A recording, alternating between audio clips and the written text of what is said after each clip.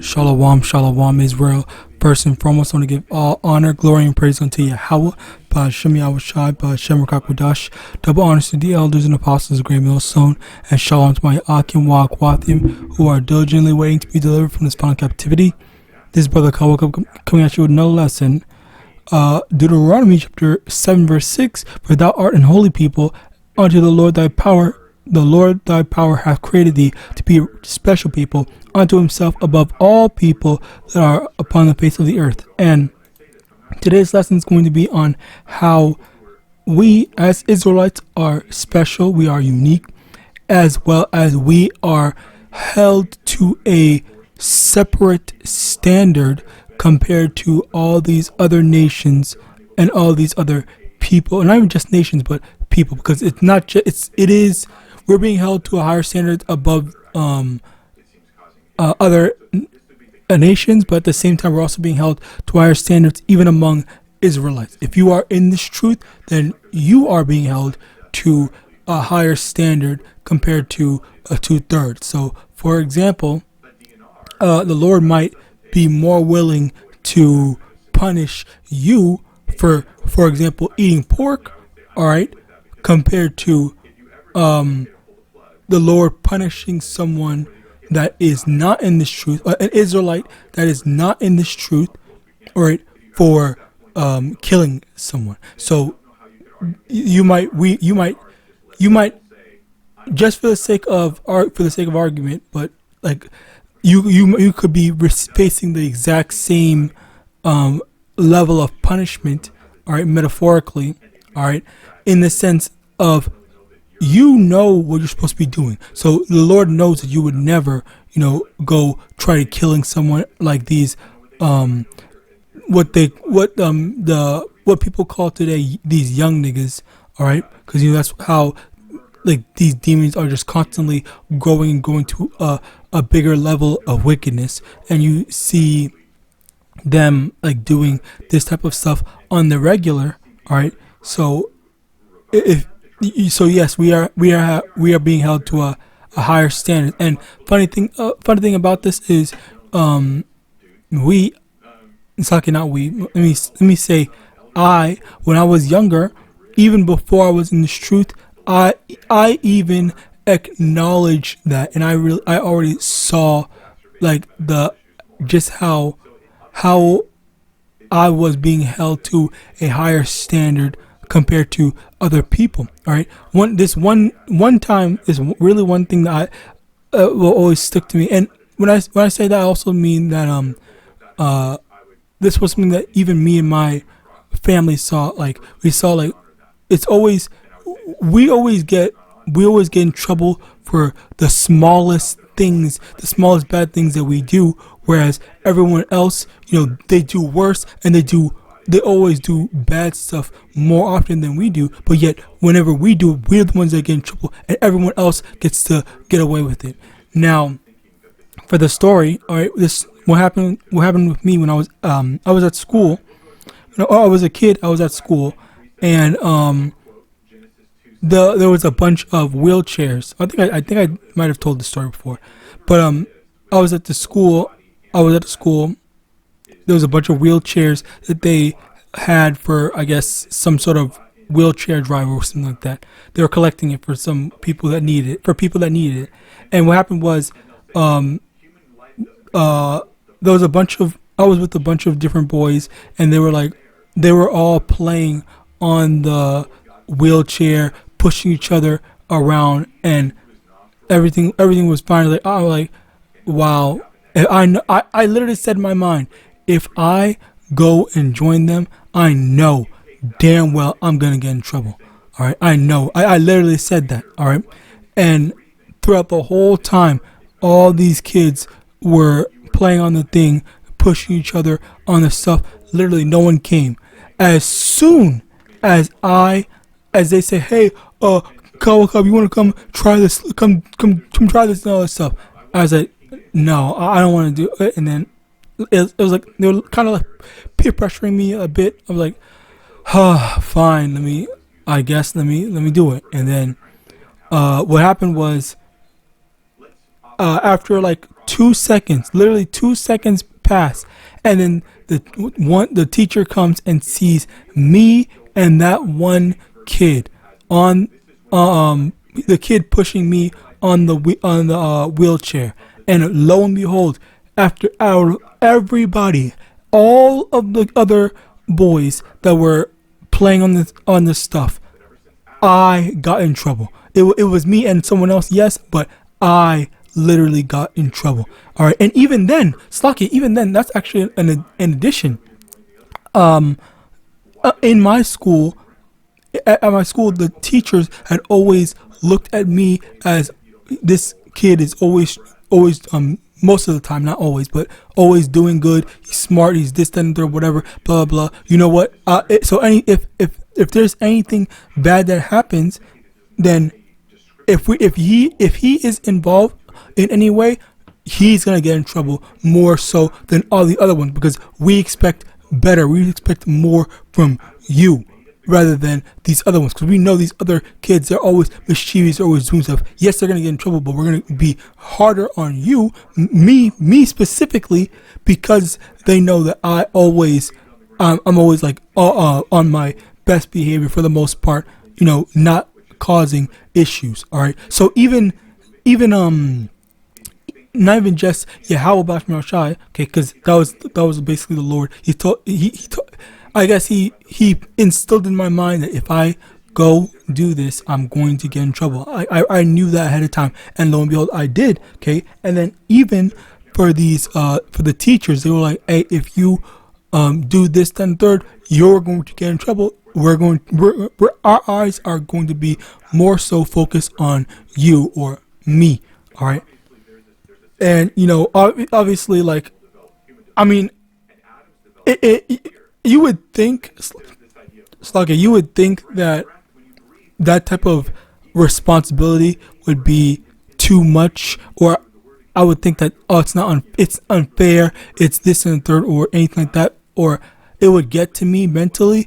But funnily enough, it didn't. It really didn't, because like it wasn't hard. All right, as a matter of fact, let me get that.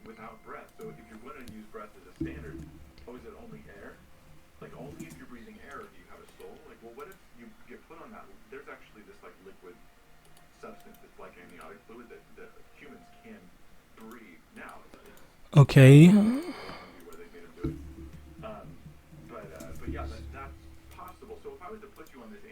Grievous. And you're breathing that as a human, do you now no longer exist? Are you not a person? Is Scripture trying to tell us that this is the moment when all life begins, or is it the moment when Adam's life began? Obviously, it's Adam's life. So, another pushback to this could be the following. Slakia, 1 John chapter 5, verse 3, for this is the love of Yahawadah, that we keep his commandments, and his commandments are not grievous. All right, so this is the thing where I thought being good, that's the thing, I guess, quote unquote, being good, quote unquote, or obedient, or obeying the authoritative figures in my life, be it YAHAWASHI or even the teachers, parents, and anything like that. That was never ever grievous to me, because it was just easy. It was easy for me to acknowledge and say, okay, yeah, I'm not going to do that. Okay, yeah, I will do this. I will do that, and all that stuff. It was very simple, because I didn't feel like, most of the time, I guess I didn't feel like I was missing out. I basically had the Spirit. The Lord put the Spirit on me to, you know, to accept and as well as understand that, you know what, the things that these authorities want in my life are good, and they're for the betterment of myself. So I should be listening. I should not think that, you know, it's, oh, they're trying to control me or anything like that, or they don't care about me in all this stuff. Like, it's not that, I guess it's not that hard to really understand or acknowledge or appreciate the love and care that the people do have for us. All right, it wasn't that hard for me. So as a result of that, I didn't mind. I didn't mind it. All right, and that also just goes into just also acknowledging YAHAWAH's love as well as his understanding in general for or having an understanding for the reward that there's going to be for enduring. All right, we understand that there's going to be a reward for our patience in YAHAWAH, because there's the spiritual reward, the spiritual end goal, the spiritual finish line that we're working towards. Whereas on the flip side, people are, let me actually get that. People are working for a temporal thing. Ecclesiastes chapter 8 verse 11. Because sentence against an evil work is not executed speedily, therefore the heart of the sons of men is fully set in them to do evil. All right, and that's the thing. Like the Lord, He's going to, for those that He actually loves and cares about, He's going to actually correct them. Okay, but for these wicked people, the Lord's not going to bother correcting them. The Lord's not going to take His time to let you know, what you're doing is wrong, this, that, and the third, and whatnot. All right, He's going to, and so that was another thing. That was why even using a carnal example, the teachers they didn't care about correcting the other children as much compared to me, because I actually was willing to listen to them. I actually had more of an understanding on why they did what they're doing, why they tell us, don't do this, don't go jumping off the fucking whatever. All right, don't what's it called? Don't jump off a car because you're gonna break your leg and all that stuff like that. Don't touch a hot stove because you're gonna burn your hand. All right, they're more willing to tell me that, to correct me, because I already had that proper foundation, and that also just goes to show the love that that one has for the one they're correcting. All right, let me actually get that in where is it? Isn't it Proverbs?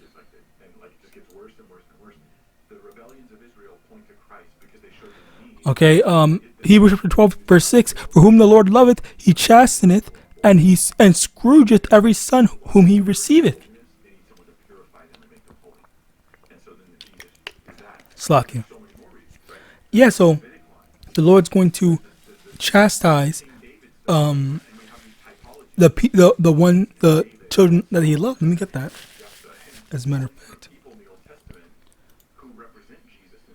let me continue on, because there was one in We also have the carrying of the laws and the scriptures from the Jewish people. So this is a brilliant thing God did. Proverbs chapter 3 verse 12. For whom the Lord loveth, He correcteth, even as a father the son in whom He delighteth. Okay, so if so if a father loves his son, he's going to correct his son so that he knows that his son's going to be brought up right. Also, let's go up one more verse, Slakia.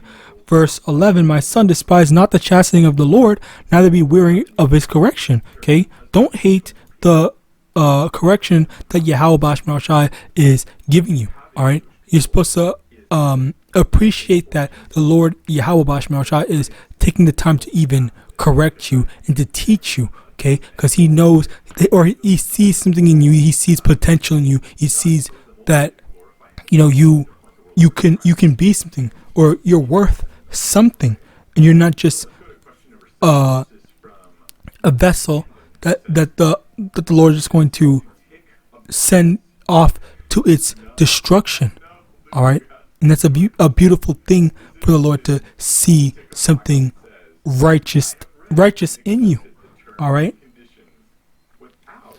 So yeah, another thing is, these videos were the inspiration of it.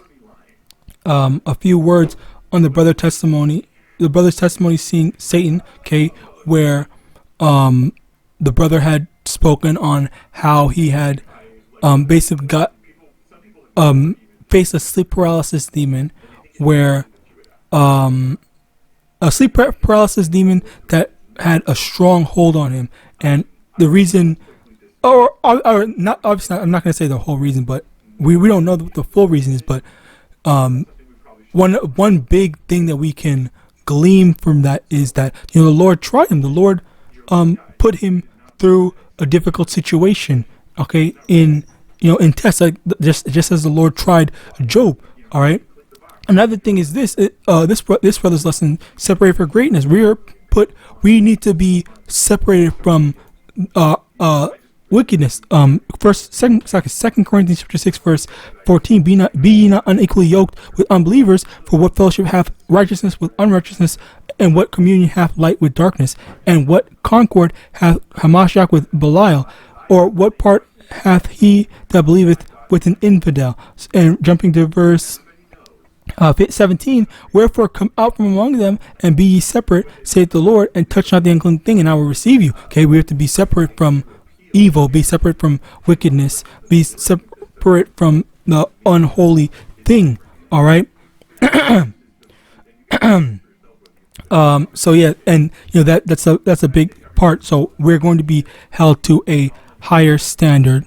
All right, as well as just in general, receiving a lot more chastisement. Finally, 1 Peter chapter 4 verse 17, for the time has come that judgment must begin at the house of YAHAWAH, and if it first begin at us, what shall the end be of them that obey not the gospel of YAHAWAH? So that's basically it. We're going to be going through a lot harder stuff, harder trials until the eventual transfer. So with that, I pray this was edifying. I want to give all honor, glory, and praise unto YAHAWAH, SHAMAIWAN, SHAMAIWAN, double honors to the elders and apostles, great most son of Bob, and Shalom.